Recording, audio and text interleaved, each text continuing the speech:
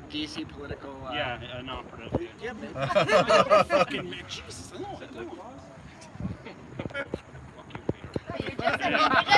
just a really well-dressed man that we met. I just went live, George. Yeah, there you go. You're out classing us all right now. So. Well, it's DC. You can't overdress in DC. That's right. And you can always tell people to go. You can go downtown and find someone with a suit like this with a little bow tie on and a little walking stick or a cane. Well, you know what I learned when I was shooting? Okay, hello everyone. We are here in Alexandria, Virginia, and you can see all around us. Yeah, like you can go into a nightclub where Citizen journalists have come here from all over America. Right. We don't have any And then Canadians. everybody looks at you Going to like, Canada for at the end of this month. He must And standing here, well, this is the first person I'm running into, is the one and the only Addy Ads. Addy. Peace, How are you? people. Shout out to all my patriots worldwide, and shout out to the band George Webb as well. And how's the Shrek going for you so far? Oh, it's going well, man. I'm really grateful for being here, George. So I want to extend my gratitude for the invitation. I've definitely learned a lot.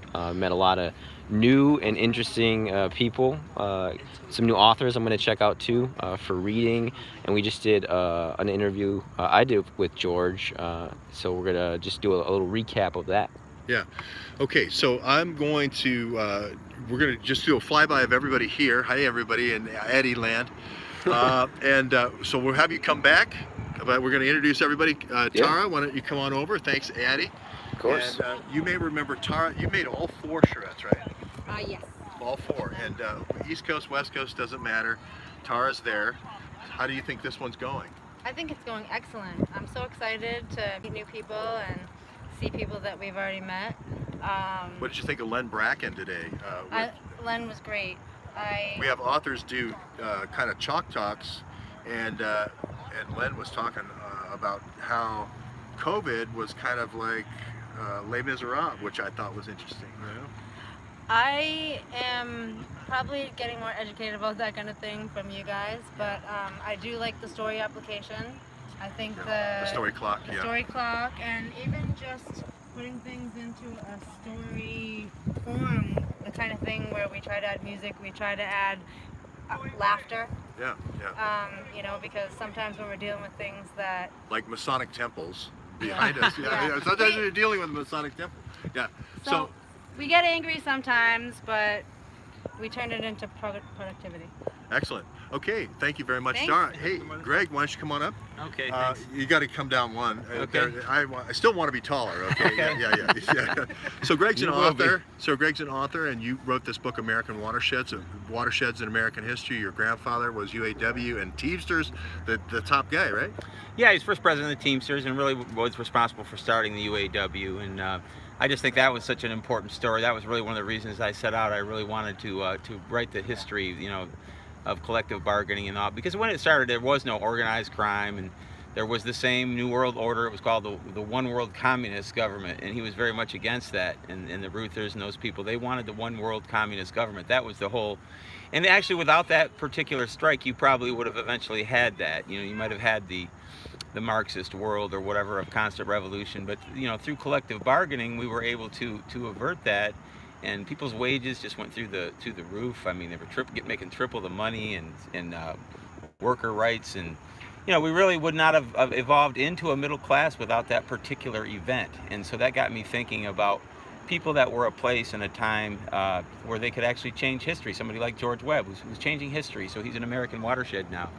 So, you know, and the thing about Am it is... I going to be in the next book? You are, because you've earned it. You've earned it. How do I keep you out? You know what I mean? Like, I can go to AmericanWatersheds.com right now and learn more, correct? Yep, you can get the first 2 parts. The big part's the 3rd part, but there's a lot of really useful things, and that Union history is in the first 2 the 2 parts of the series, which is 1 book actually on ebook, or if you want the full coffee table book, they're textbooks, they're expensive, they're $70, but there's something that you can just pick up and just take a piece of, and maybe you feel like you're in the mood for some music and you just want to go down into the real music of New Orleans and not the pop music or whatever, or it takes you on a journey and keeps you laughing, and movies to watch and things like that. So I like to think that you get a lifetime of information, and I'm hoping that the kids will keep that book and go back to it when they want to go, you know, check out some music or learn something new. And you gave us a great author lecture last night on that book, so I appreciate Yeah, it. and actually, but George is already stealing my shtick, because what the series is supposed to lead to is basically to tell you that you can be an American watersheds. That all of you can be an American watersheds, and we want Steal you. from the best, Yeah, right? yeah, exactly. It's like my songs. They say, I always say, steal this idea. I put a lot of ideas out there. Steal this book. Steal this idea, please. Okay. Yeah. So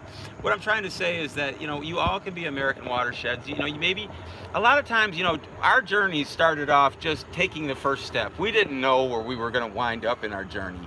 So sometimes you have to just take that first step. My first step back into the game was penal reform, and they were putting all these people in 5-year prison sentences for small marijuana possession charges, and I said, I just can't let this happen. So I got back in the game, and that led me to many other things. Now maybe for you and your community, maybe you want to look at your local food situation. It's still out of whack a lot of places. In my community, we pick up all the meat, all the fruit, all the vegetables. Nothing gets thrown away. What's going on in your community? Are you just using canned goods and box stuff, or maybe it's your local court system. Like, no one's ever put people in the local courts, And when we're trying to expand this whole media idea, which is a big part of this whole thing, is the media idea. And my last show was on local origination, because my grandfather built the third cable company ever built, the first one in Michigan. But all this time we've provided all these local origination channels, and we've always sat back and laughed and said, why don't people use them? We have no censorship. We have no censorship over them, that we have to provide them. We even give them studios and cameras and all the equipment. And we always said, why did the people never realize that? And they thought, well, we have CNN, we don't really need. But is that really covering your local issues? Is that covering your local needs assessment? How your local police, are they really staying in check? Are the local courts, where the judges? Is Soros paying your local prosecutor? Like, who are they getting their funding from? And your voting machines, too. And your voting machines and poll voters, and what's going on at your polls. So really, I think the whole idea was to take some of these ideas back to local ideas, and how you can actually. When one of my stories says, don't ever think that one person can't change the world, because believe me, George Webb has. I mean, I know that he has, and I know that he's changing, and people are watching and things like that, and you can too. You may not right away be a George Webb, but begin your journey. That's what we want you to do. Grab your 20 and, oh, I'm sorry. I didn't mean for anybody to see that. Hey, we got to ramp up because they're going to close that gate down there in 5 minutes. They're closing the gate. We've got to leave. You can see how the censorship works here. No, thank you all for coming, and we'll talk to you all tomorrow. Sorry, gang. No, that's a good idea. It's a wrap. It's a wrap. Stay frosty, folks.